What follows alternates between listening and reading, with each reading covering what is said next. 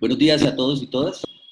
Estamos reunidos hoy, viernes 12 de junio, para dar inicio a nuestro segundo webinar internacional como parte del diálogo que promueve URODAP sobre los desafíos de la sostenibilidad y la resiliencia urbana en ciudades del sur global.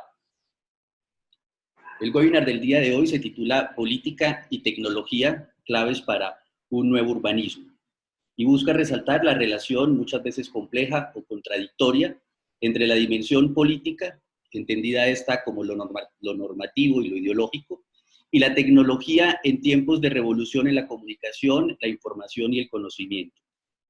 Nos preguntamos entonces cómo deben actuar los gobiernos en estos tiempos, donde la velocidad de la tecnología desborda la capacidad institucional para legislar, por ejemplo. Y a pesar de esta simetría, cómo incorporar los beneficios comprobados de la tecnología para promover ciudades más sostenibles, sanas, resilientes y éticas. En este sentido, hemos preparado unas preguntas que orientarán el diálogo de este webinar y estarán dirigidas a todos los ponentes, de acuerdo a su experiencia actual y campo de acción. Es un gusto, entonces, presentarles a todos ustedes, a toda la comunidad que nos acompaña, los invitados que tenemos para el día de hoy, dada su relevancia. Nos acompañan David Luna, abogado y político colombiano, Research Fellow del MIT, fue representante a la Cámara por Bogotá, además de ministro de Tecnologías de la Información y Comunicación en el gobierno anterior. Actualmente lidera un tanque de pensamiento llamado Al Centro y además lidera como presidente una agremiación de empresas tecnológicas, la más importante de Colombia, que además está basada en el concepto de economía colaborativa, como Uber, Rappi, Bit, etc.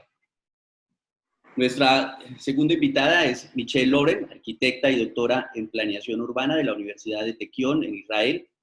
Es profesora, investigadora y consultora en temas de movilidad e infraestructura urbana. Actualmente es catedrática adjunta del área de Smart Mobility y dirige un laboratorio de futuros urbanos en el Centro para Smart Cities de la Universidad Bar-Ilan en Israel. En este laboratorio, ella explora técnicas y prácticas con capacidad de transformar escenarios futuros, formas y dinámicas del urbanismo inteligente y sus implicaciones o impactos sociales y tecnológicos.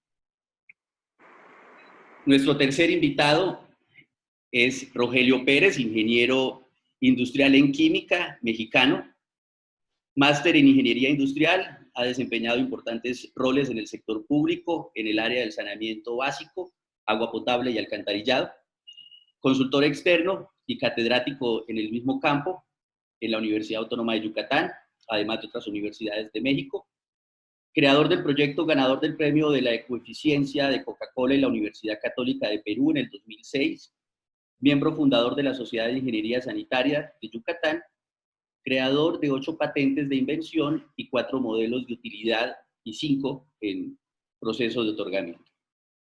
Más adelante, el ingeniero Rogelio nos podrá hablar en detalle sobre estas invenciones que se articulan al campo de las tecnologías para el saneamiento básico. Bien, la metodología del webinar es muy sencilla. Iniciaremos con unas preguntas por parte nuestra que esperamos sean respondidas en un lapso que no supere los 5 minutos. Después de cada ronda de preguntas, se podrá hacer una réplica por parte de los demás ponentes y posterior a esta primera sesión de preguntas que realizaremos, daremos inicio a unas preguntas por parte del auditorio que ya previamente nosotros tendremos seleccionadas. Bien, la primera pregunta con la que iniciamos el diálogo es la siguiente. La voy a poner en presentación PowerPoint para que...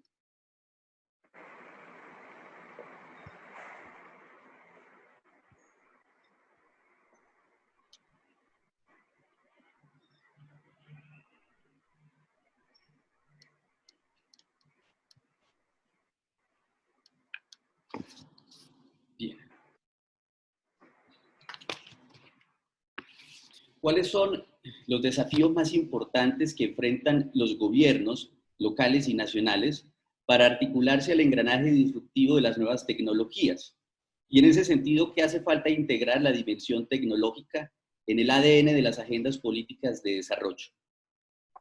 Antes de iniciar respondiendo estas preguntas, nos gustaría además que esta primera respuesta sea puesta en contexto con la realidad del país de cada uno de los ponentes invitados y la experiencia o realidad actual en el sector o ámbito que representan.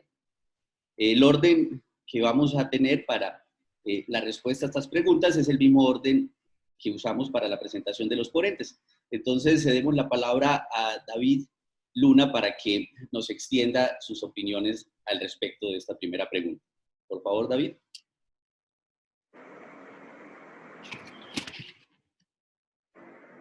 David, creo que tienes el... Tienes toda la razón, tenía el micrófono en silencio, excúsame. Sí, no te preocupes. En primer lugar, Elkin, muchas gracias por esta invitación. Un saludo para ti, un saludo para todos los colegas muy importantes que nos acompañan en este webinar. Arranco por felicitarte porque creo que es muy valiosa la reflexión de tecnología, urbanismo, política, en momentos no solamente de pandemia, sino sobre todo de pospandemia. Yo tengo una premisa que creo que es importante compartir con todos ustedes y es que la tecnología siempre va más rápido que la legislación. Y en ese sentido es muy importante entender que la tecnología debe estar al servicio de los ciudadanos, debe estar al servicio del consumidor. La tecnología es un medio, no un fin. Y por ende, pues es muy importante comprender que hay una gran cantidad de nuevas alternativas que seguramente ni los gobiernos nacionales ni los gobiernos locales han podido avanzar en su regulación o en su desregulación o en la actualización de la normatividad, simplemente porque algunos lo desconocen, pero también porque hay sectores en los cuales pues existen desde mucho tiempo atrás, por decirlo de alguna manera, negocios creados que no quieren o que se resisten al cambio. El cambio siempre genera incertidumbre, el cambio siempre genera preocupación y eso es normal. Lo que es importante es afrontar este tipo de discusiones con fundamento en la evidencia, con fundamento en algo muy importante que es el sentimiento del ciudadano, del consumidor. En estos momentos de pandemia, la tecnología puede ser un gran aliado para proteger la salud, para lograr algo tan importante como reactivar la economía. Y permítanme poner el caso de Colombia. Colombia, sus alcaldes han señalado que no más del 35% de la capacidad total de los sistemas de transporte masivo podrá ser transportada diariamente. 35%. Transmilenio, que es un sistema de BTR conocido seguramente por muchos de ustedes, transporta 2 millones de pasajeros diariamente en Bogotá. Solamente entonces podrán movilizarse entre 350.000 y 400.000 en ese sistema de transporte masivo.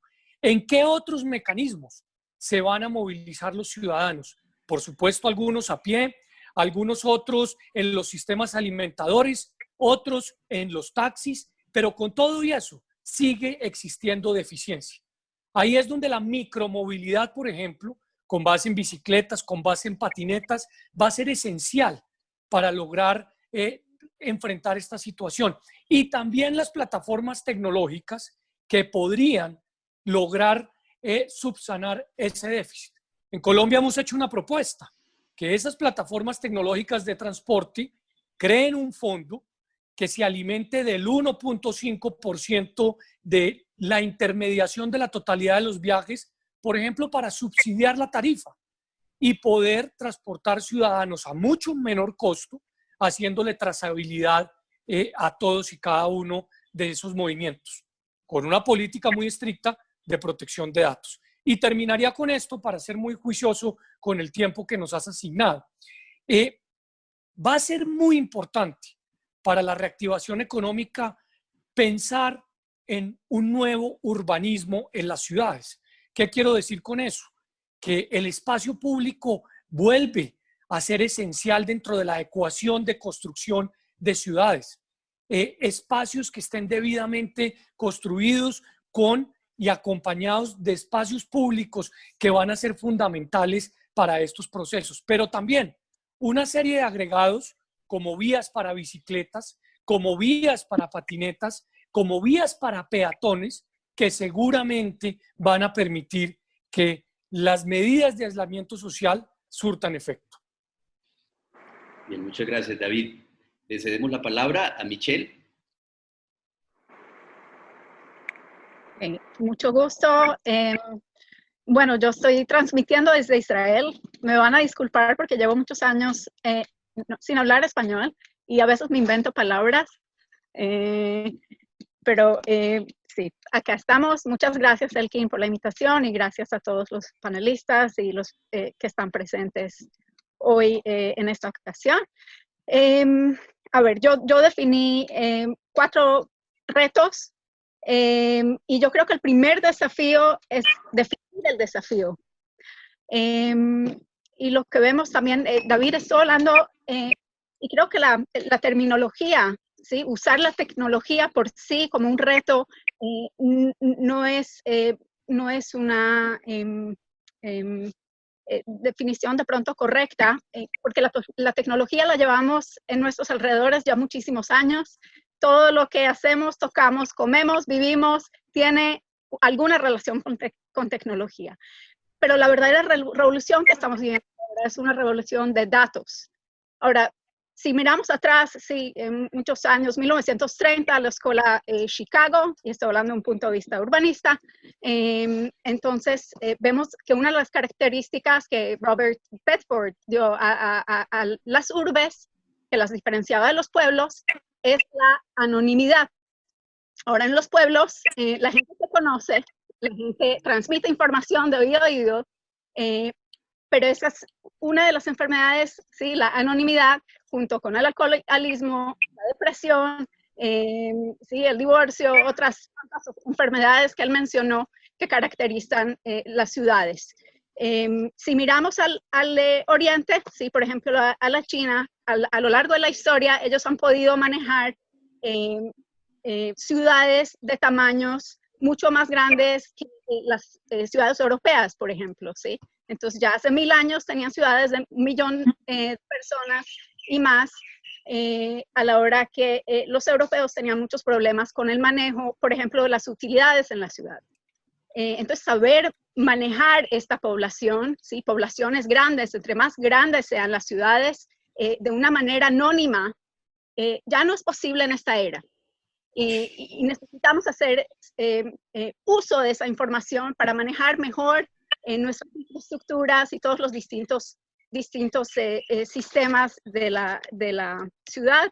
Por eso digo que primero que todo es definir el reto correctamente. Segundo desafío es en realidad crear esos datos. Hablamos mucho de la protección de datos, hablamos poco de la calidad de datos.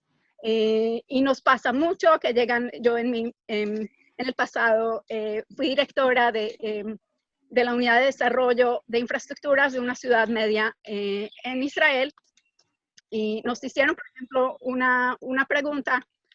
En Israel existe el derecho a recibir información de manera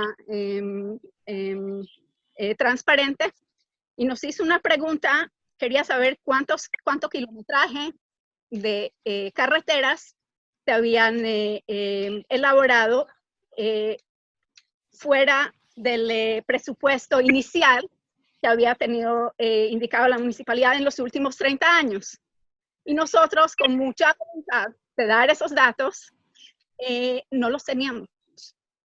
Y pues tomó 3 meses abrir todos los programas con los instrumentos primitivos que teníamos, para poder rescatar y poder dar esos datos al público que tiene derecho a conocerlos. Muchas veces pasa que nosotros acudimos al gobierno, acudimos a las alcaldías pidiendo información y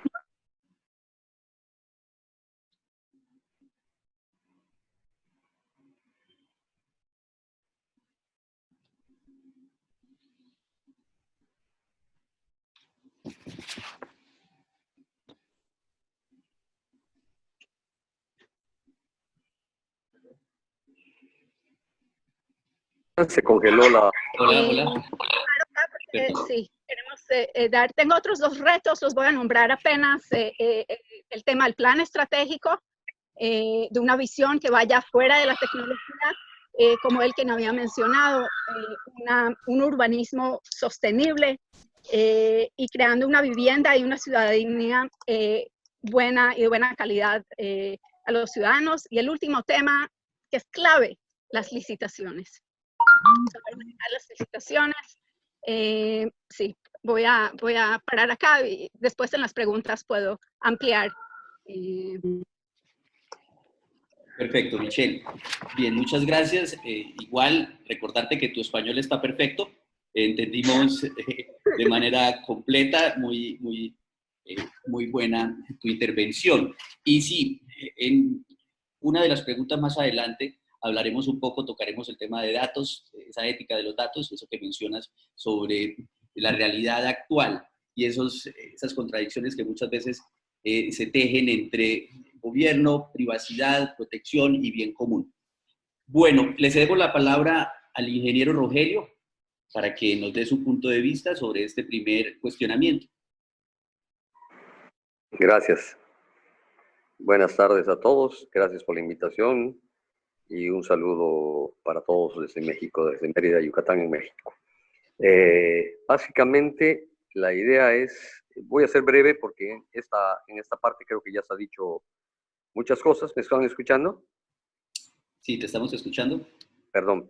En este sentido, creo que ya se ha dicho mucha de la cosa que yo iba a decir. Realmente estoy totalmente de acuerdo con esto.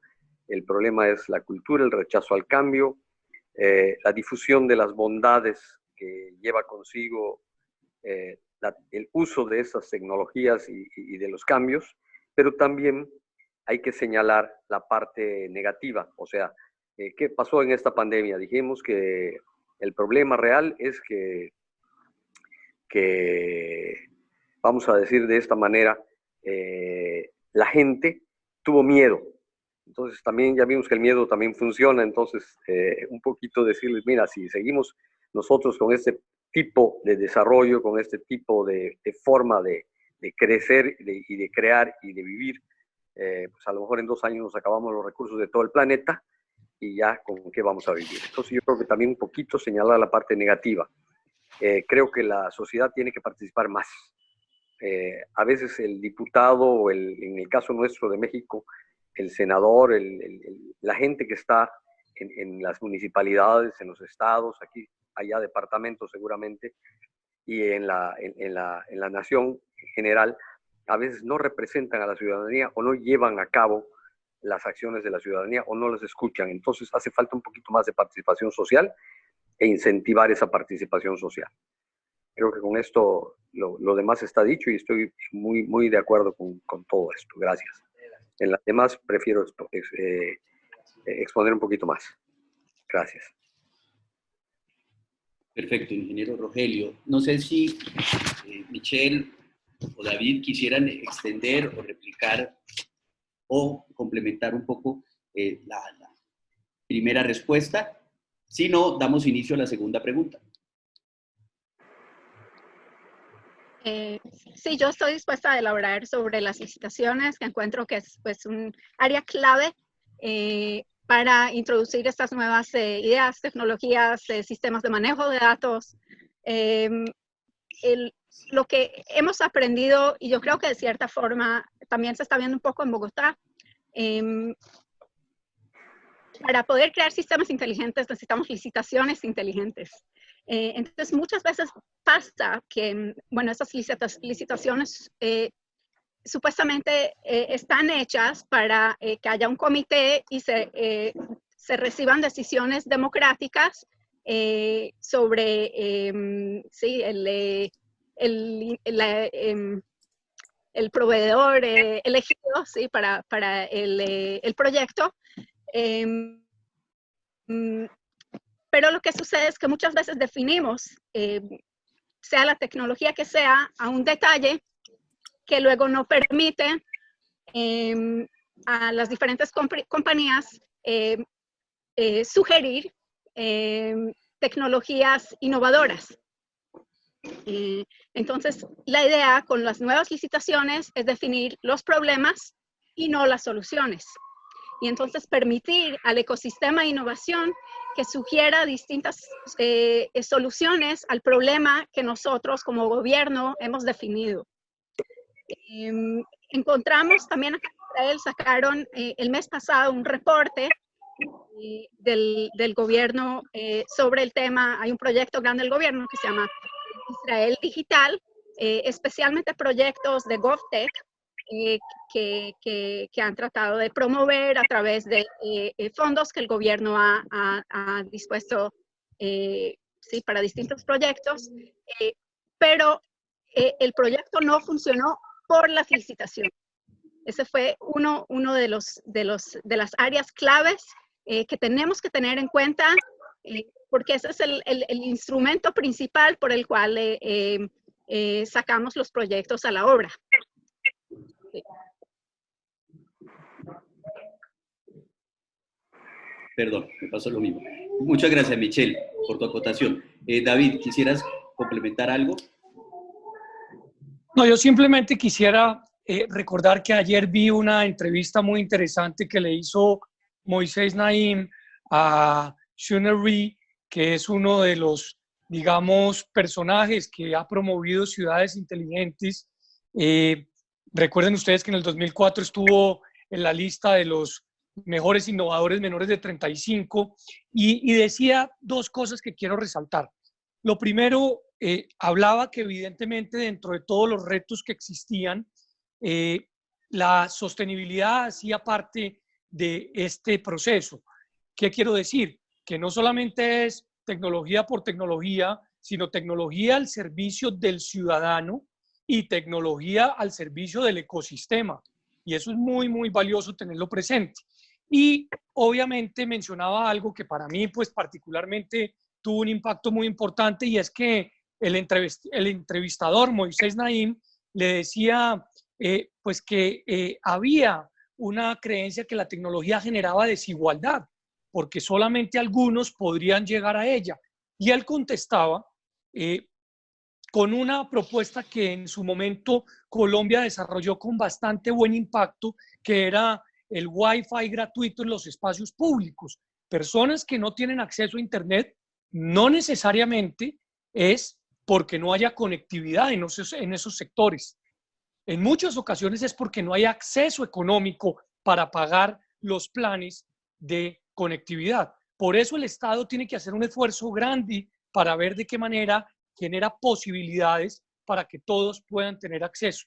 Y eso urbanísticamente tiene un impacto maravilloso. Recuerdo cuando se instalaban esas zonas Wi-Fi en espacios públicos que estaban muy deteriorados o muy abandonados o muy oscuros o eran muy violentos, inmediatamente cambiaba la situación. No quiero traer acá la teoría de las ventanas rotas a colación, pero de alguna manera ese impacto de tecnología genera aglomeraciones positivas que a su vez reviven espacios públicos abandonados. Bien, perfecto. Muchas gracias, David. Bueno, daremos inicio entonces a la segunda pregunta para todos, y es la siguiente: ¿cómo integrar de manera virtuosa y armónica la dimensión tecnológica a la gestión y el diseño urbano, teniendo en cuenta que esta tiene un gran potencial para moldear la ciudad en la actualidad? Ya lo vimos, y con esto preciso lo que venía comentando David, la capacidad de la tecnología de darle forma a los espacios públicos, a la movilidad, a la vivienda. Bueno, David, entonces iniciamos contigo nuevamente, y con eso yo creo que puedes hilar muy bien lo que venías comentando. Sí, conecto perfectamente que creo que la tecnología tiene varias virtudes que vale la pena ser aprovechadas, no solamente por las ciudades hoy construidas, sino por los espacios que se piensan construir a futuro.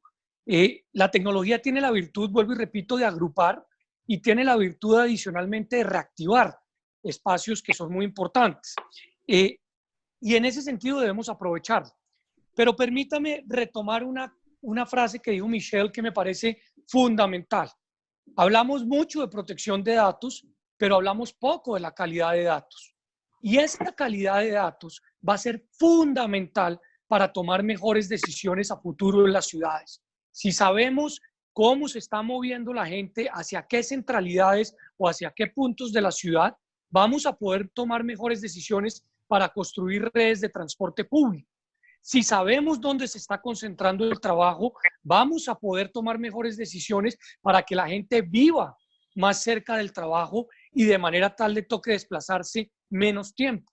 Si sabemos en dónde está consumiendo la gente, pues vamos a poder tomar decisiones de qué le falta al ciudadano y de qué le sobra seguramente el ciudadano. Y lo decía Michelle y quiero repetirlo, para utilizar esos datos en el ánimo de tomar esas decisiones, no necesitamos bajo ninguna circunstancia acceder a datos que son íntimos. Lo que necesitamos es saber perfectamente de dónde a dónde se desplaza una masa de ciudadanos. Entonces, claro que hay que proteger los datos y claro que tenemos que tener una política estricta de protección de datos, pero también tenemos que saber qué datos son los que necesitamos y cómo hacerlos confiables. Entonces, acá necesitamos, y seguro de Israel podemos aprender muchísimo más, ver cómo ponemos esa tecnología al servicio de la toma de decisiones de los gobernantes. Y hay una serie de información que parece no estar disponible. Yo simplemente cierro con este ejemplo. Un emprendedor en la ciudad de Nueva York, utilizando datos abiertos, cruza la información del alcantarillado de Nueva York con la información de dónde están ubicados los más de 17,000 restaurantes que tiene Manhattan. Uno se pregunta, bueno, ¿y para qué hizo eso? Lo hizo solamente para saber qué restaurantes vertían aceite al alcantarillado y demostrar qué restaurantes producían comida más saludable o más healthy. ¿Qué quiero decir? Si abrimos datos, vamos a tener la posibilidad que más innovadores puedan ayudarle a las ciudades. Pero ojo, vuelvo y retomo lo que dice Michelle, hay que abrir datos de calidad, no datos por cantidad. Muchas gracias, David. Bueno, cedemos la palabra a Michelle. Sí, gracias. Sí, pues siguiendo todo lo que dice David, sí, entonces esa información también es parte, sí, continuando, no solo del proveer buenos servicios, sino de la sanidad misma y prevención de accidentes. Estamos hablando de riesgos de la vida misma, ¿sí? Y ahora en una época, entrando todo el cambio climático, que estamos esperando una cantidad de interrupciones de distintos tipos, esa información puede salvar vidas. Daré a continuación unos ejemplos, pero quiero dar otra perspectiva y creo que David está bien involucrado en esta área y creo que son las importantes alianzas entre el gobierno, la industria tecnológica, la comunidad que incluye ciudadanos, negocios, academia. La industria es el sector clave para llevar a cabo muchos de los proyectos de manejo de información, pero es efectivamente el gobierno el que lidera y define los cambios y por eso tienen que trabajar juntos. Ahora, si la industria no viene al gobierno preguntando esas preguntas grandes y demandando el acceso a información, entonces el gobierno no sabe qué clase de información colectar. Dependen los unos de los otros y vemos muchos startups que llegan a las ciudades pidiendo cierta información. La ciudad no las tiene, pero tiene que aprender de los startups qué clase de información, formar una verdadera tipología de información y comenzar a colectar a través del tiempo. Ahora, hoy podemos tener un device que empiece a recolectar información y en medio año, un año, ya tenemos suficiente, una base de datos suficiente grande para poder empezar que el sistema empiece a aprender y poder empezar a tomar decisiones a base de datos. No necesita una historia muy larga, sino saber definir los datos precisos.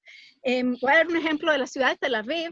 Entonces se ha logrado un gran progreso creando, primero que todo, una identidad digital para los ciudadanos, el de Digital, donde se ofrece una diversidad de servicios completamente personalizados y la creación de una galería de datos de tiempo real, donde tanto los ciudadanos como los programadores, como la industria tecnológica, tienen acceso a varias series de datos que permiten permanecer involucrados y contribuir al mejoramiento de la ciudad a lo largo de distintas áreas, generando soluciones a diferentes retos que la municipalidad define. Y la otra cosa es que Tel Aviv maneja su propio departamento de programadores y hace todo el desarrollo in-house. Y lo hace porque cuenta con el presupuesto.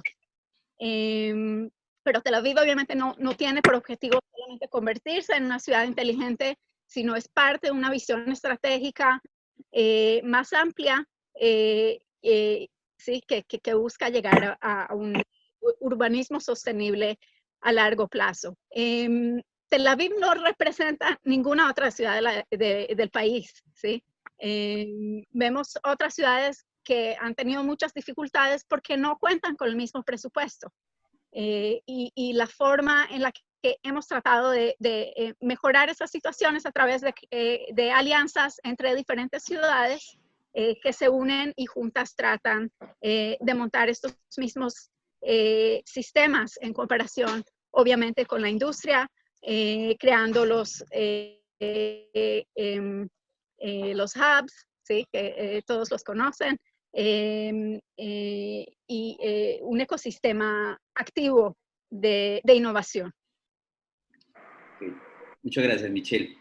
Bueno, le cedemos la palabra al ingeniero Rogelio y quisiera aprovechar esta pregunta para que el ingeniero Rogelio nos pudiera poner en contexto un poco acerca de la experiencia que él tuvo desarrollando una patente que impactó o impacta directamente los temas de saneamiento básico en una ciudad y que también nos permiten tener o pensar en un cambio de paradigma en la manera como actualmente entendemos el rol o el papel de las infraestructuras subterráneas, en este caso el alcantarillado.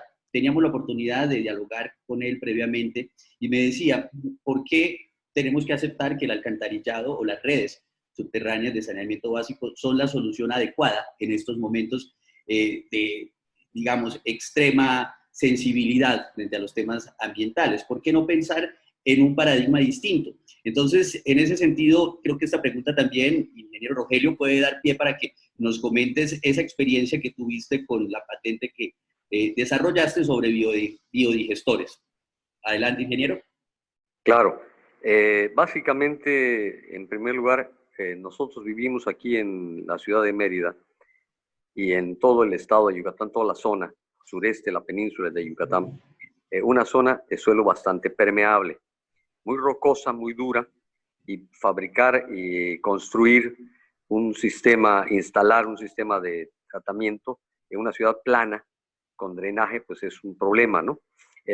Yo siempre he dicho que las ciudades se instalaron cuando nosotros nos urbanizamos, nos civilizamos a través de la agricultura, a través del uso del agua, llegamos a la conclusión de que el agua era donde teníamos que ponernos y siempre nos pusimos junto a fuentes superficiales de agua, llámese ríos, lagos o el mar.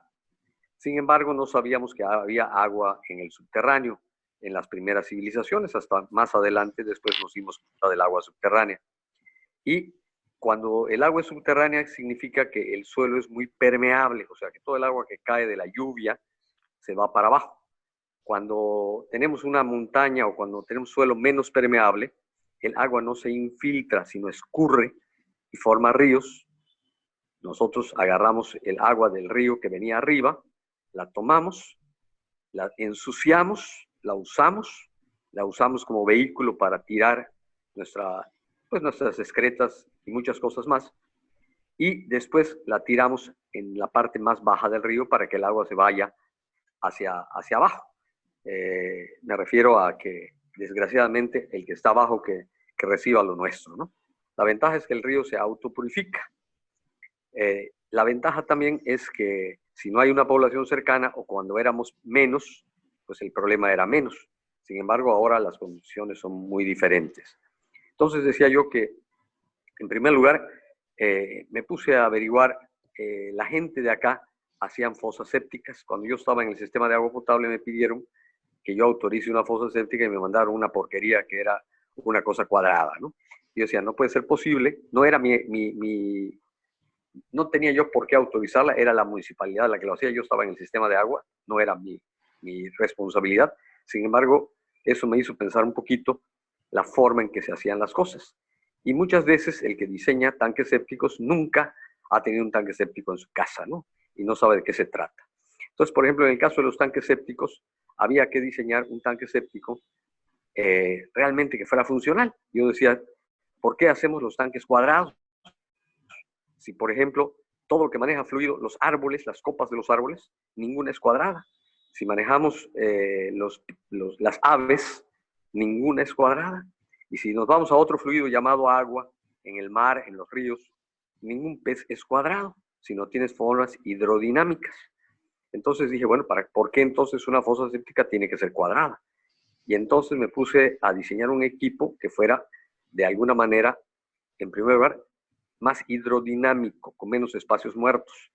O sea, redondo. Los tubos son redondos, sin embargo, los tanques de tratamiento muchos los hacen cuadrados.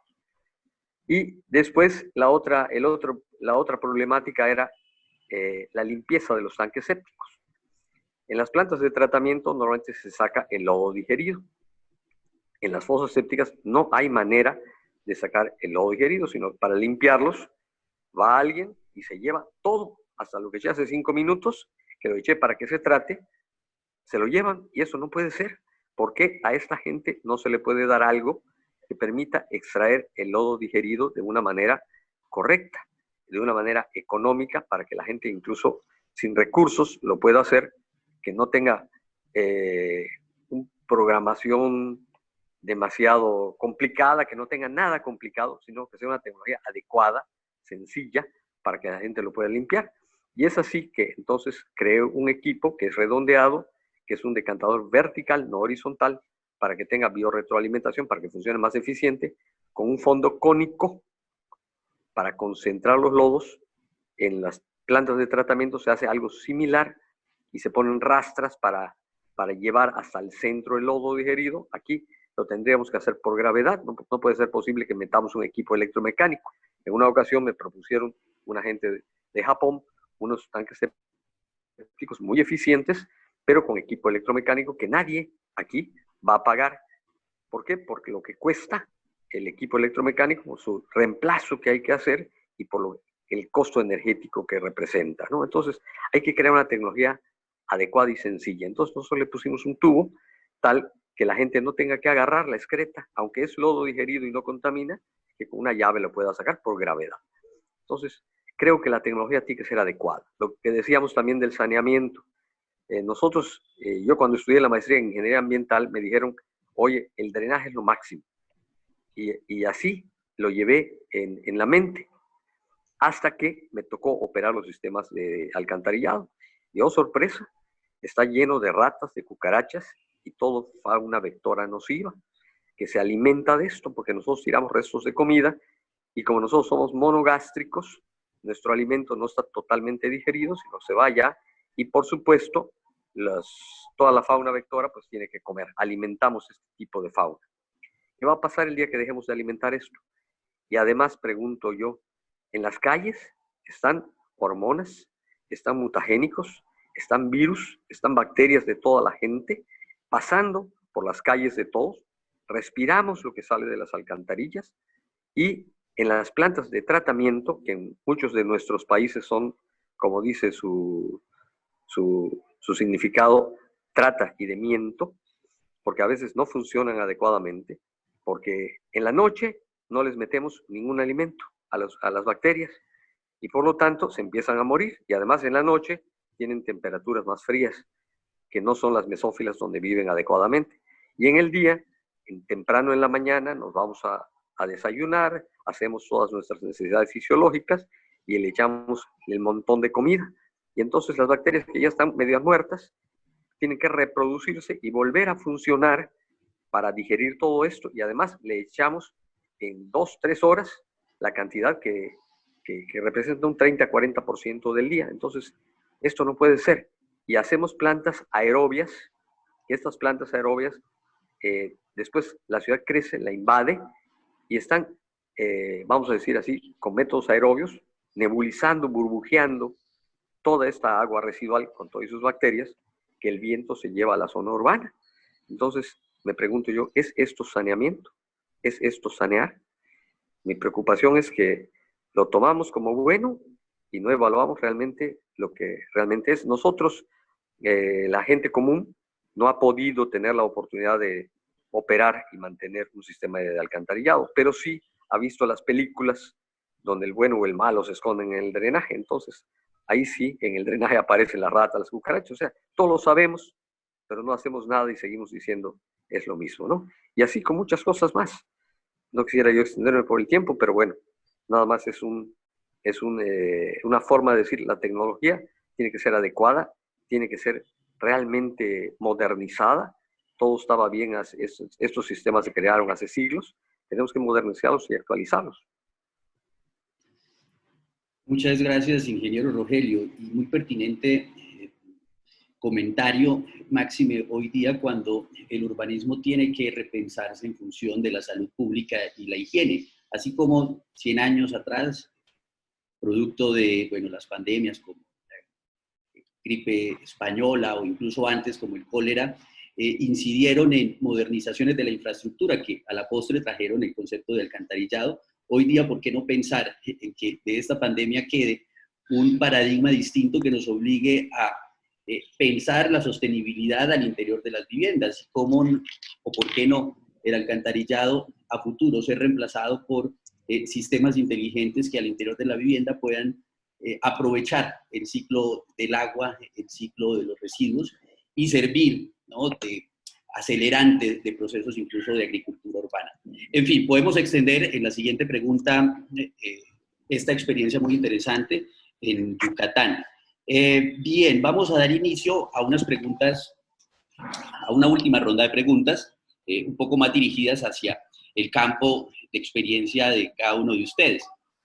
Bien, quisiéramos preguntarle a David en este sentido, ¿cómo deberían abordar los gobiernos las discusiones éticas frente a la gestión y tratamiento de datos para que su uso sea el adecuado y seguro en función del bienestar colectivo, sin menoscabar libertades individuales como el derecho a la privacidad? Sé que, bueno, de esta temática se ha venido hablando de manera tangencial, pero puede ser una oportunidad para que David nos acote o nos precise algunos comentarios también al respecto. Elkin, la Constitución Política de Colombia consagra como derecho fundamental el habeas data. Yo tuve el inmenso honor de estar en el Congreso de la República hace ya muchos años y expedimos el primer estatuto de habeas data. Fui coautor y fui ponente de esa ley estatutaria. Es muy importante entender que esa era la verdadera historia que vivíamos hace casi 20 años.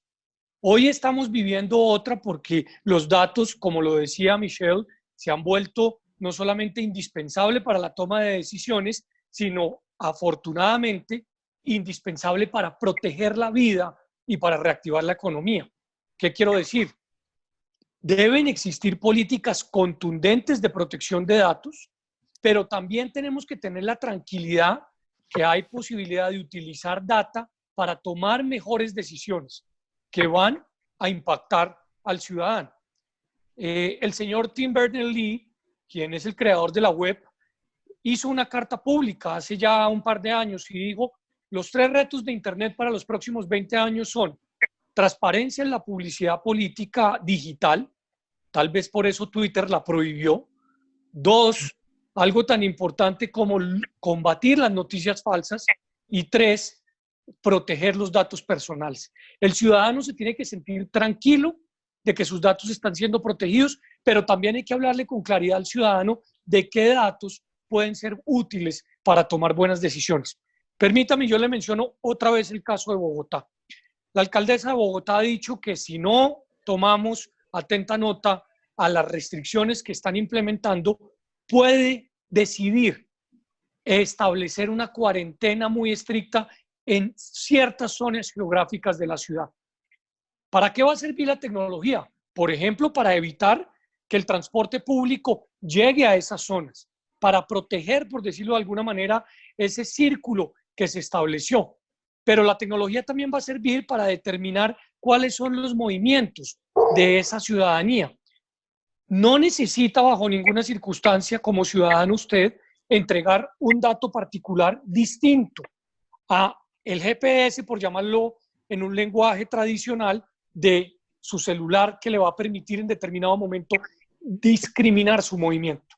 Entonces, la data y los datos, claro, que tienen que ser protegidos, pero también tenemos que entender como ciudadanos que debemos de alguna u otra manera habilitar determinadas funciones para proteger la vida. Termino con esto. El dato médico. Brasil ya avanzó en esa discusión.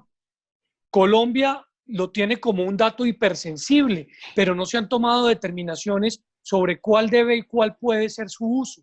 Evidentemente el dato médico va a ser esencial a la hora de que el ciudadano responda o resuelva qué tipo de dato permite dar a conocerle a su especialista, a su médico, etc.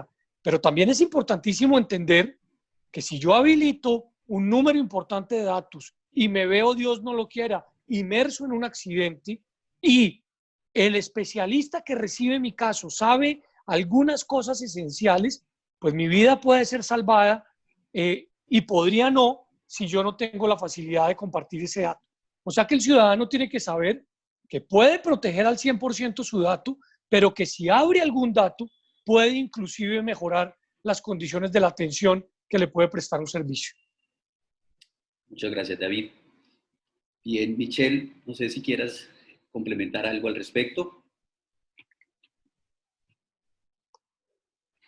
O procederíamos a la siguiente pregunta. Va dirigida a Michelle. ¿Cómo ves el futuro de la movilidad urbana a la luz de los avances tecnológicos, como los vehículos autónomos, el transporte público masivo, frente a la necesidad de mantener el distanciamiento físico?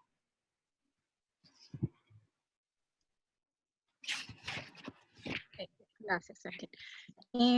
Creo que la urbanización contemporánea tiene el potencial de ayudar a la transición hacia la sostenibilidad debido a sus contribuciones a la innovación, a la productividad y la eficiencia.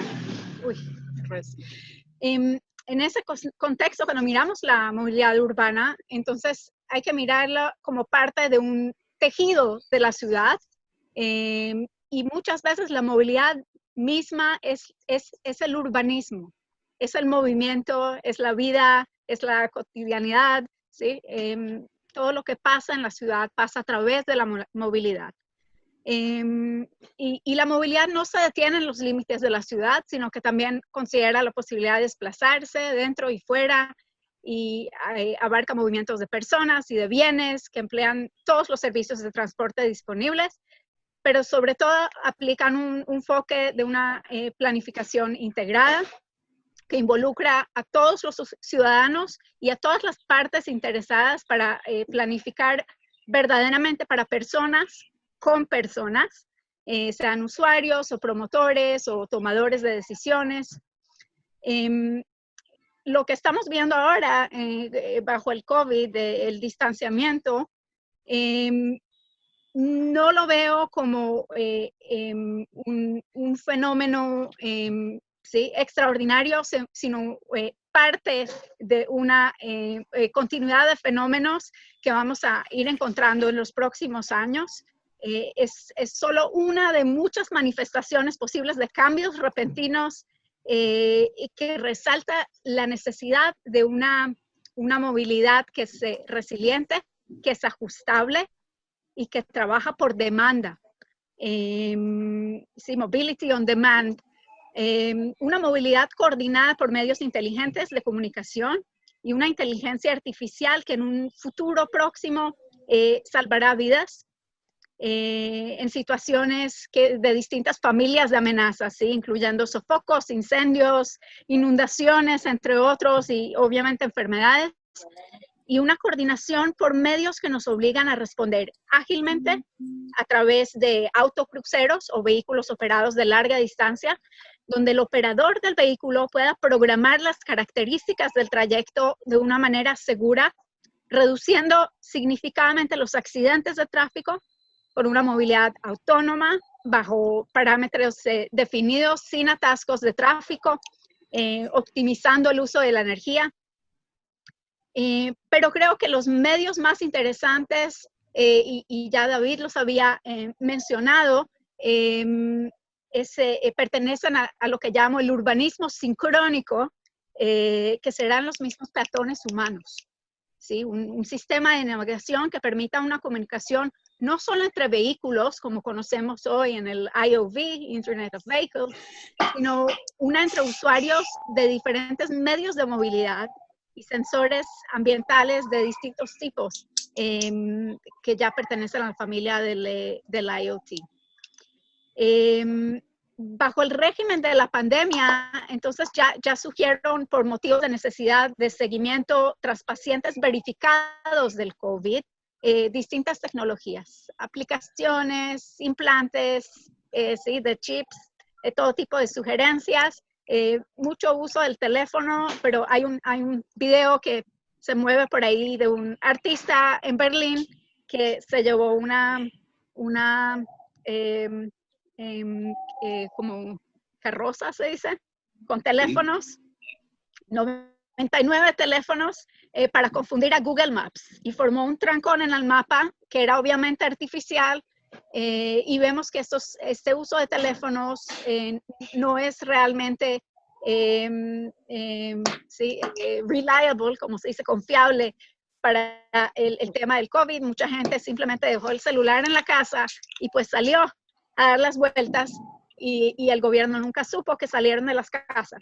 Entonces sí estamos buscando nuevas tecnologías en ese sentido, tanto para el distanciamiento como para localizar y sí, poner los puntos de las diferentes localidades donde han habido contagio. Pero sí, esos mismos parámetros que usamos hoy para el tema del COVID, podemos cambiarlos, ¿sí? O adaptarlos a otros tipos de fenómenos que vamos a encontrar en el futuro, que tienen que ver con los cambios climáticos. Sí, un ejemplo, las fuerzas de FEMA, ¿sí? Del servicio de las fuerzas de rescate estadounidenses, y aún mismo acá en Israel, que se llama IFRA, la Fuerza Israelita de Rescate, ha tenido dificultad ubicando gente que necesita rescate.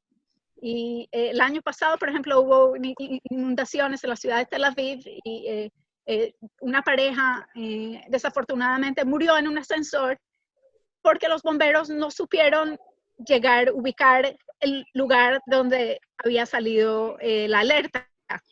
Entonces, estos sistemas sí no son solo para los servicios, no benefician solo a las compañías privadas, sino estamos hablando realmente de sistemas que en la realidad de hoy pueden salvar vidas.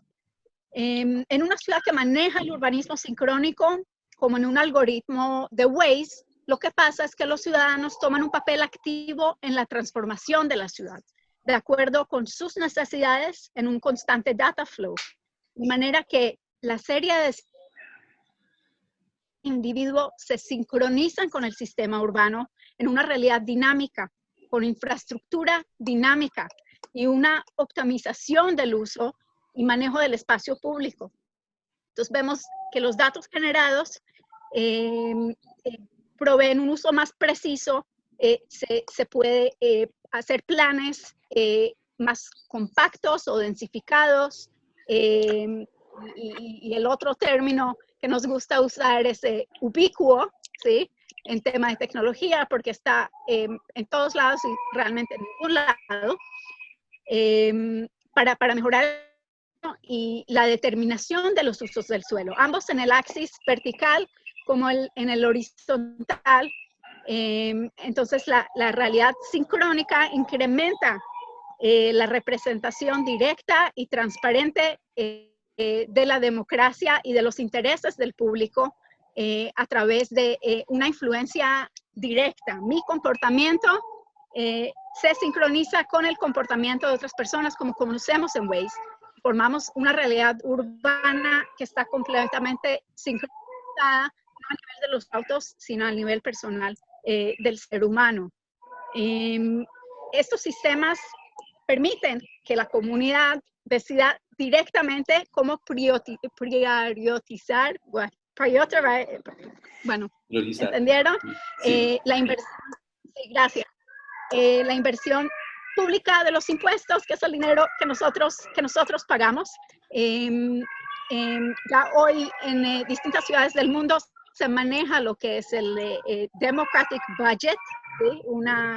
Unos fondos democráticos donde el público, los ciudadanos, eligen qué uso se le va a dar a esos fondos o eligen por votación cuáles son los barrios donde más se necesita intervención y todo se hace sincrónicamente, sí, de una manera accesible sí, a la gran mayoría de la gente. La última cosa con Cisco, que es también una compañía que trabaja con nosotros en el Centro de Ciudades Inteligentes en la Universidad de Maryland, desarrollaron parece como un cajero de banco, donde gente que no tiene acceso a los celulares, y tenemos 1/3 de la población de Israel que son religiosos, y por razones religiosas ortodoxos no tienen los teléfonos celulares que conocemos hoy, que son computadores, sino los Nokias de hace años, que los llaman teléfonos tontos. Pero por tener ese teléfono tonto, lo que sucede es que no pueden participar en varios procesos digitales, y pues Cisco ha inventado este cajero donde la gente que no tenga el teléfono pueda ir y hacer sus transacciones y hacer sus votos y hacer todas sus vueltas digitales de manera accesible. Y la pantalla de este cajero lo atiende una persona verdadera, ¿sí? Se llama al call center. La persona te habla, te explica, tienes la opción de escanear documentos ahí mismo. Entonces, eso se hace para permitir que realmente sea toda esta área digital accesible para todo el mundo de una manera universal. En el futuro, y esta es una pregunta muy, muy interesante y clave para Israel, teniendo este sector de público religioso, en un futuro de un urbanismo sincrónico, todos tendrán que portar algún device electrónico. Y sí, surgen grandes preguntas alrededor de eso.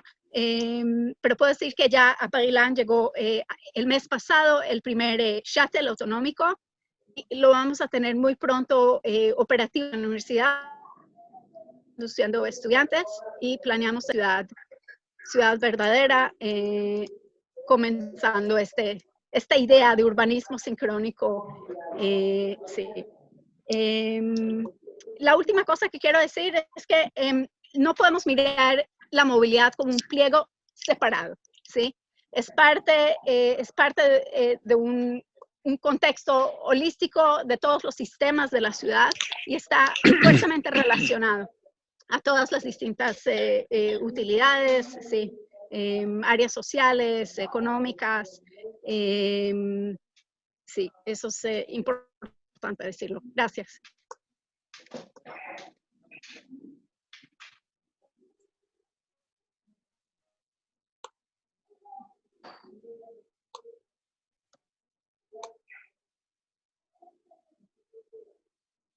Tu micrófono, Michelle. Estás con el micrófono. Perdón, qué pena. Bien, les estaba comentando que ya encontramos acá algunas preguntas del auditorio que van muy en línea con lo que los invitados han venido exponiendo, particularmente esto último que Michelle nos comenta sobre urbanismo sincrónico. Entonces, bueno, más adelante podemos extender un poco más algunas cuestiones al respecto. Por ahora pasaremos a la última pregunta de esta primera ronda, dirigida al ingeniero Rogelio, y tiene que ver, siguiendo con el relato que nos venías también conversando, ¿no?, sobre estas nuevas tecnologías de saneamiento. ¿Cuáles son los obstáculos más grandes que impiden que la tecnología y la innovación sean los vectores o los referentes del desarrollo en países del sur global? Y convoquen a su vez armónicamente diversos actores o grupos de interés. Ingeniero Rogelio, por favor.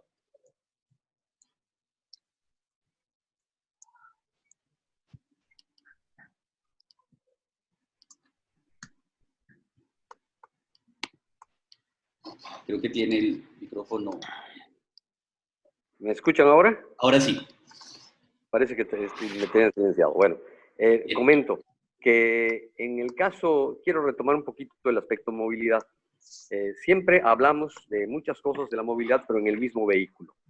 Yo no creo, o con toda honestidad, que sigamos teniendo los mismos vehículos y las mismas formas de transportarnos. Por ejemplo, un automóvil como los que hay en el mercado, desde el más pequeño, que pesará 1.2 toneladas, hasta uno mediano, uno grande, puede pesar 2 toneladas. Y en nuestras ciudades vemos que esos vehículos llevan 1 o 2 personas al máximo. Quiere decir que tenemos, vamos a pensar en términos generales, un vehículo que pesa 1,5 toneladas transportando 80 kilos. Quiere decir una persona o 2 personas, vamos a pensar 150 kilos, está transportando un vehículo de 1,5 toneladas, más los 150 kilos, está 1,650 kilos, están transportando 150 kilos. O sea, menos del 9% de eficiencia. Y además, el motor tiene, vamos a poner un motor bien afinado de última generación, 40% de eficiencia. Quiere decir 9 por 4, 36. Estamos transportando 3.6% de eficiencia. Qué mal estamos. Siglo XXI. El transporte público, un vehículo de 6, 8 toneladas, a la hora que de transporte fuerte, pues sí, va a llevar a lo mejor 40 personas. Pero cuando no es la hora fuerte, llevará pues, 10, 20 personas. Vamos a suponer que lleve 20. Estamos hablando de un vehículo que pesa 8 toneladas y lleva 20 personas de 80 kilos, 1,600 kilos. Vamos a decir que esto para transportar 1,600 kilos, o sea, 16%. Y el 40% de eficiencia, 16 por 4, 64, 6.4% de eficiencia. O sea, no puede ser que en el siglo XXI estemos transportando chatarra en lugar de transportar seres humanos. ¿Cómo hizo dinero Tata Motors en la India? Tenían unas motos donde iban 5 gentes, papá, mamá y 3 hijos o 5 hijos, y todos aquí con una moto. ¿Qué hizo? Carrito pequeñito con motor de moto que pesa menos y transportó a las 5 gentes. Bueno, algo tenemos que hacer nosotros para ser más eficientes. Vehículos como la moto se ven como peyorativo, como algo que es para la gente que no tiene recursos o algo por el estilo. En fin, creo que ese tipo de cosas tenemos que cambiar en la movilidad. Y en lo que estoy aprovechando también, eso también es tecnología adecuada. Tenemos que adecuar nuestra tecnología independientemente de la forma en que sean controlados los vehículos autónomos. Tenemos que dejar de transportar chatarra. Y la otra es en el aspecto que habíamos platicado de la parte urbana. Por ejemplo, nosotros queremos tener una casa que tenga una sala, un comedor, recámaras, un baño para cada quien, y en el baño estén 3 muebles. Esté el inodoro, esté la ducha y esté el lavabo. Y ahí ponemos en el lavabo nuestro cepillo de dientes. Entonces, en el mismo espacio, cuando bajamos el inodoro, todo ese remolino y todo lo que forma y lo que sale, se va a nuestro cepillo de dientes. En las gentes más económicamente más vulnerables, que pueden tener un baño para todos, cuando alguien se encierra en ese baño, pues simple y sencillamente, pues uno si se está duchando, nadie puede lavarse los dientes, ni nadie puede utilizar los otros 2 muebles que quedan inutilizados. hay que cambiar un poquito la mentalidad de que un baño igualito a los que nos ponen en el prototipo de las películas es lo máximo y es lo mejor. Hay que adecuar nuestra tecnología, básicamente eso. Muchas gracias. Sí, señor. Sí, señor. Muchas gracias, ingeniero. También puedo poner ejemplos, perdón, si me da tiempo. En Yucatán tenemos un problema, por ejemplo, de la permeabilidad. Y en la Ciudad de México, que el suelo estaba lleno de lagos y de ríos, hoy todos los han canalizado, todos los han vuelto tubos y ya el acuífero no se recarga. Por lo tanto, se está hundiendo la ciudad. Eso tampoco lo consideramos con el alcantarillado. Y en el caso, por ejemplo, de Mérida, afortunadamente aquí el periférico que bordea la ciudad se hizo desde 1980, o sea, hace 40 años. Primero se hizo un cuerpo que traía dos carriles, uno de ida y uno de vuelta. Cuando empezó a usarse más y necesitábamos crecer, se hizo otro cuerpo a un lado y entonces un cuerpo se dejó para un sentido y otro para el sentido opuesto. Pero en medio no hubo dinero para hacer un camellón, o no sé cómo le llamen en algunos países, en medio que tuviera árboles bonitos y con un sardinel, con una guarnición que evitara que el agua se fuera hacia allá, porque esto lo tomamos de países donde el suelo es impermeable. Decíamos que la civilización se estableció en lugares donde habían ríos, donde había suelo impermeable. Entonces, si le ponemos nosotros, en el caso de Yucatán, que es suelo muy permeable, una guarnición, simplemente el agua no va a ir al camellón. Aquí, afortunadamente, no hubo dinero para ponerlo, afortunadamente, y entonces el drenaje pluvial se va al camellón, y el camellón quedó a desnivel inferior del cuerpo vehicular. Entonces, cuando llueve, la única zona que no se inunda es esa. ¿Por qué? Porque tiene una zona verde, permeable, a menor nivel, que sirve como una caja de tormenta para absorber los picos de la lluvia, y es permeable. Entonces, ¿por qué seguimos haciendo las cosas imitando a los demás? Eso es el periférico. Pero las avenidas de la ciudad de Mérida están así, y se sigue haciendo, se les dice a la gente, a la urbanización, se le dice a la municipalidad, y no lo toman muy en cuenta. Afortunadamente ahora se ganó, el Instituto de Planeación Municipal ganó un concurso internacional para hacer sistemas de drenaje sustentable, y metió este proyecto, y están haciendo pruebas ya para tomar en serio este tipo de cuestiones de tecnología adecuada. O sea, si mi suelo es permeable, no voy a imitar lo de suelo impermeable para hacer exactamente lo mismo, sino voy a adecuar. Entonces la tecnología tiene que ser adecuada, tiene que ser apropiada a nuestro siglo. No puedo seguir, insisto, usando vehículos de hace 100 años o 80 años, que pesan 2 toneladas para mover una persona de 80 kilos, que tiene capacidad para 5, pero siempre va una persona, ¿no? Entonces tenemos que ser más eficientes. Gracias. Muchas gracias, ingeniero Rogelio. Bien, vamos a dar inicio. Acá tengo una selección por temas de tiempo. No vamos a poder dar respuesta a todas las preguntas del auditorio. Sin embargo, intentaremos hacerlo con una pregunta para cada uno de los ponentes. Bien, esta pregunta la hace el arquitecto Francisco Reyes. Tiene que ver con cómo debe darse la articulación del esfuerzo público y privado para la construcción y explotación de los bienes públicos, vías, plazas, redes de agua, andenes. La infraestructura pública existente ha sido construida por un esfuerzo comunitario. Las empresas colaborativas explotan comercialmente esta infraestructura. En ese sentido, ¿cómo debería ser el aporte de estas empresas para el mantenimiento y construcción de nueva infraestructura pública? Esta pregunta se dirige a David Luna. Bueno, arquitecto, hay algunos modelos que vale la pena traer a colación que me parecen interesantes. El primero de ellos, el Business Improvement District, que son modelos americanos que están puestos en funcionamiento, por ejemplo, en el Times Square en Nueva York o en el 16th Street Mall en Denver, y que no son nada distinto que la municipalidad o la alcaldía le entrega la administración y el mantenimiento de un espacio público a una comunidad, bien sea de residentes o bien sea de sector comercial. En Colombia tratamos de hacer algo parecido que se llaman o que se llamaron en su momento los demos, los distritos especiales de mejoramiento sectorial, que no es nada distinto a la posibilidad de que la comunidad, con una serie de obligaciones, administre esos equipamientos, los pueda explotar, ¿por qué no económicamente? Y que esa plata sea reinvertida en el mantenimiento de esos equipamientos.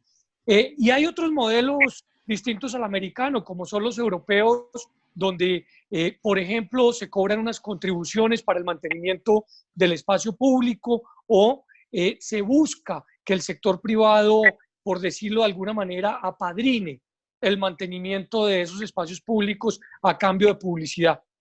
Yo no creo que haya un modelo perfecto o uno imperfecto. Yo lo que creo es que el espacio público sí requiere, sí o sí, ayuda para poder ser mantenido, ayuda de los residentes, ayuda del sector comercial, ayuda, por supuesto, de algunas marcas, y eso, creo, ayuda a otra cosa, y es activar muy valiosamente la protección de esos espacios públicos. El espacio público es en esencia el sitio más importante de una sociedad, es donde todos somos iguales. En un espacio público, el presidente de una compañía y la persona que abre la puerta de la compañía son idénticos, son igualitos. Y eso es lo que necesita una sociedad, valorar este tipo de espacios, protegerlos y mantenerlos. Muchas gracias, David. Bien, tenemos una pregunta para Michelle. Sí, me gustaría responder la misma pregunta también porque tengo una visión bastante distinta. Bueno, por favor. Pues, no trabajo ni para la industria ni para el gobierno, trabajo con ellos, pero no para ellos. Y yo creo que en realidad, y lo hemos visto ahora más pronunciadamente en el COVID, todo lo que es el producto público, ¿sí? Lo vamos a tener que cuestionar mucho en los próximos años.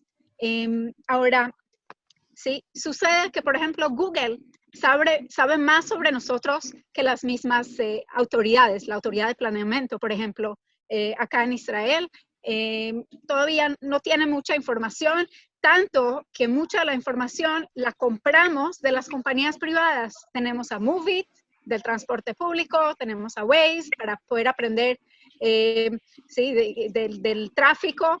Entonces, muchas de esas informaciones las compramos de diferentes compañías de movilidad que saben cómo generar buenos datos y que saben dar ese knowledge, producir ese knowledge para dar recomendaciones también. Entonces, lo que vemos es que muchos de los servicios que anteriormente el sector público daba se están pasando al sector privado. Yo creo personalmente que es una cosa buena, porque el sector público, sí, pensamos en las alcaldías que llevan más como casi 200 años de existencia, desde la alcaldía de Londres y pues han resultado como cuerpos que son bastante ineficientes, que protegen el interés público, pero no saben crear los fondos y no, ¿cómo se dice? Excel.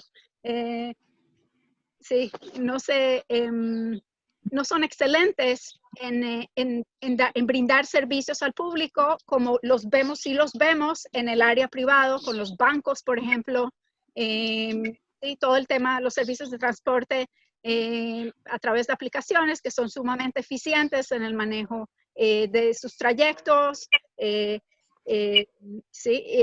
Entonces, lo que pienso es que en el futuro próximo ya vamos a ver, y también por razones de la crisis económica, muchos más servicios en vez de generar soluciones in-house, donde en la municipalidad o en la alcaldía misma, sacándolos, privatizándolos fuera a estas compañías que manejan información, que saben poner los sistemas, las soluciones y ver a los ciudadanos, ¿sí? Más bien como usuarios, ¿sí? Entonces, todo el colectivismo se está como que desintegrando para fortalecer un approach de individualismo donde entendemos que no todos las personas tienen las mismas necesidades, sino las personas son sumamente diferentes y también tienen formas diferentes de usar los mismos espacios públicos, ¿sí? Yo puedo sentarme en la silla, pero puedo también preferir pararme en la silla, por dar un ejemplo, diferentes usos de los mismos espacios públicos. O sea que tenemos que orientar todo el área de servicios de una manera que sirva a los usuarios de una manera más precisa. Y eso es algo que el gobierno en su estructura hoy no puede dar, las alcaldías hoy no pueden dar. ¿Sí? Entonces tratan todo el tiempo el colectivo, pero el colectivo es algo del pasado. Hoy tenemos la forma, y Amazon lo hace, ¿sí? Entonces, no es solo saber qué prefiere la persona, sino saber predecir su comportamiento y predecir cuáles van a ser sus necesidades en el futuro, como lo hace Amazon hoy. Entonces, creo que estas compañías tecnológicas, que son Intel, que acaba de comprar a Movit, Max, que acaba de comprar una compañía que se llama Ofek, estoy hablando de compañías más israelíes, ¿sí? Que trabaja datos aéreos y está desarrollando sistemas de orientación para carros autónomos. Tenemos a Waze, que fue comprada por Google. Waze también es una compañía israelí. Muchas compañías israelíes que fueron compradas por grandes corporaciones tecnológicas. Vamos a ver esas corporaciones como Google jugando un papel mucho más significativo en nuestras áreas y en nuestra vida urbana, no solo en la vida de consumo, ¿sí? Aunque están enlazadas. Y creo que las preguntas sobre la representación por medio de políticos, por ejemplo, todo lo que sea, el producto público va a cuestionarse. Ahora en la pandemia vimos, por ejemplo, que los colegios se cerraron, las bibliotecas se cerraron, los espacios públicos no se estaban transitando, mucha infraestructura pública se volvió de un día al otro completamente innecesaria, inactiva. Y si vamos a un futuro ahora donde toda la enseñanza y la educación va a ser a través de Zoom, por ejemplo, entonces no hay necesidad de toda esa obra pública. Entonces creo que todo lo que es el sector público lo vamos a cuestionar mucho en los próximos años y pasarnos hacia algo que se llama Slim Government, gobierno delgado, ¿sí? Por traducir, donde las compañías tecnológicas tienen mucho más libertad, influencia y campo para actuar. Muchas gracias, Michelle. Bien, y yo creo que aprovecho con una pregunta que va dirigida a ti, nos hacen desde el auditorio, y tiene que ver con el aprovechamiento precisamente de ese Big Data. Cómo canalizarlo para que no solamente sea aprovechado en ciudades desde la lógica del comercio o del e-commerce, sino cómo es posible llevar ese concepto de Smart City a partir del Big Data más allá de estos temas de conexión y comercio y enfocarlo a temas de protección ambiental. Sí, entonces lo que estamos viendo, bueno, creo que parte de la respuesta la di con la respuesta pasada, pero lo que vemos muy interesante hoy, trabajamos, por ejemplo, para planes de movilidad, incorporando sensores de distintos datos que no son los tradicionales. Sí, entonces en tema de movilidad, contaríamos el tráfico, cuántas personas pasaron, qué trayectoria hicieron, pero hoy, y especialmente cuando miramos el tema de peatones, walkability, sabemos que tenemos que usar una lista más grande de sensores que trabajan temas climáticos, la sombra, la temperatura sí, lo que se llaman urban heat islands, la temperatura de la ciudad misma, muchos parámetros. Entonces trabajamos con muchas compañías que nos proveen esa información. Ellos los colectan. obviamente venden esa información, ¿sí? El negocio, si el comercio es un comercio de data, y por eso lo tenemos fuertemente vinculado a todo lo que es el tema del desarrollo y el urbanismo.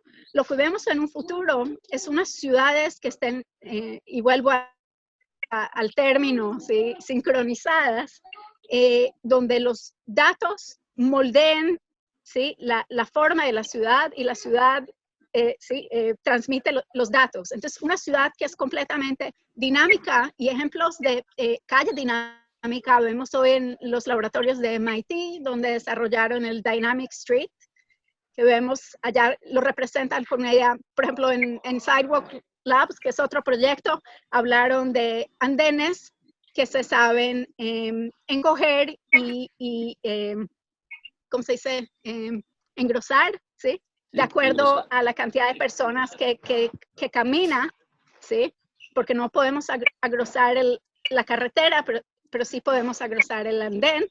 Y en MIT, por ejemplo, entonces se imaginaron, dividieron toda la calle en hexágonos, y a cada hexágono le dieron como un color, y dinámicamente se cambiaba el derecho a la vía de acuerdo a la demanda.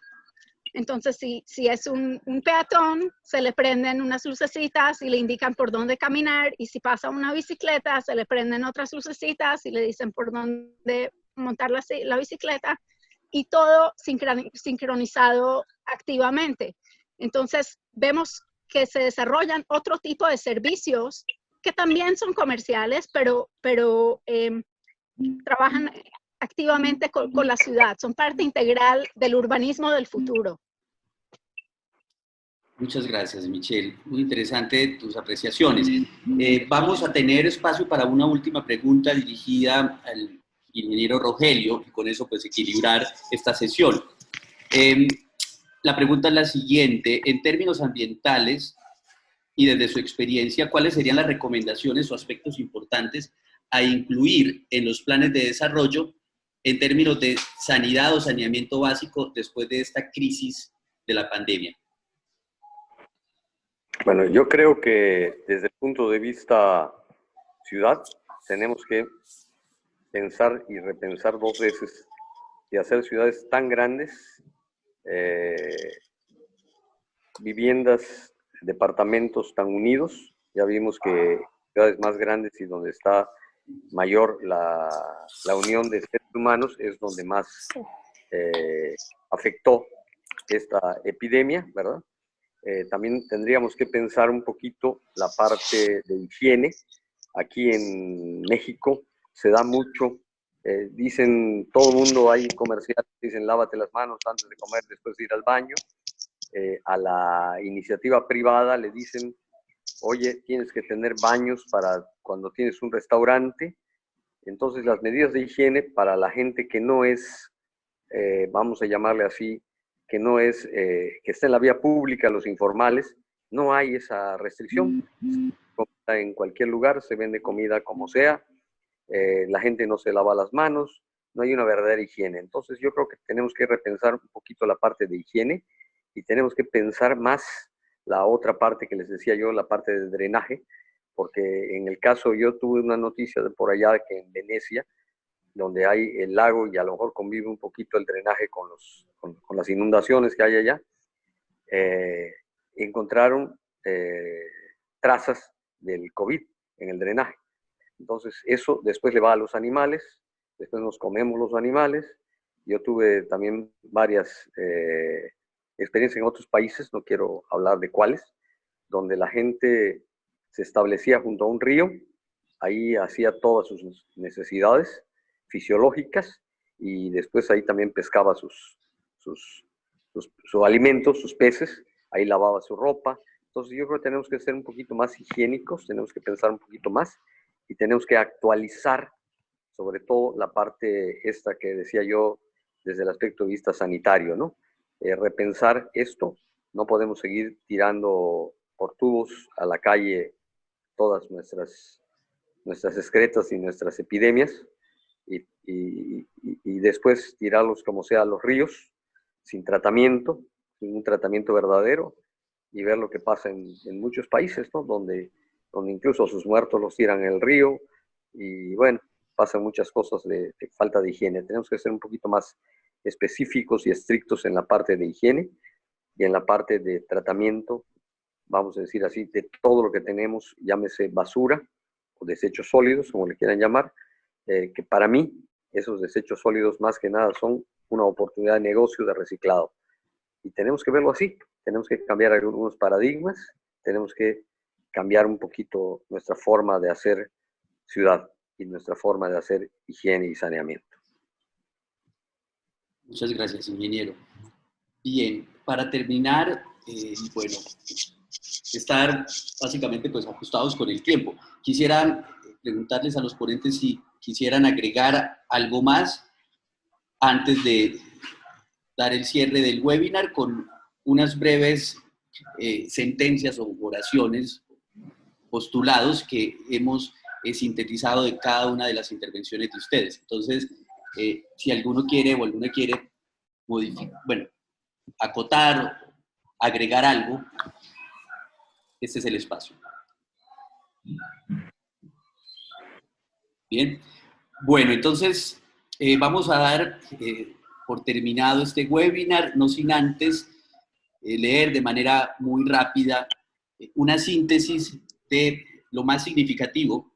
Somos conscientes que el contenido de este seminario es muy rico, la temática y el debate realmente da para que nos quedemos de manera indefinida hablando sobre estos temas.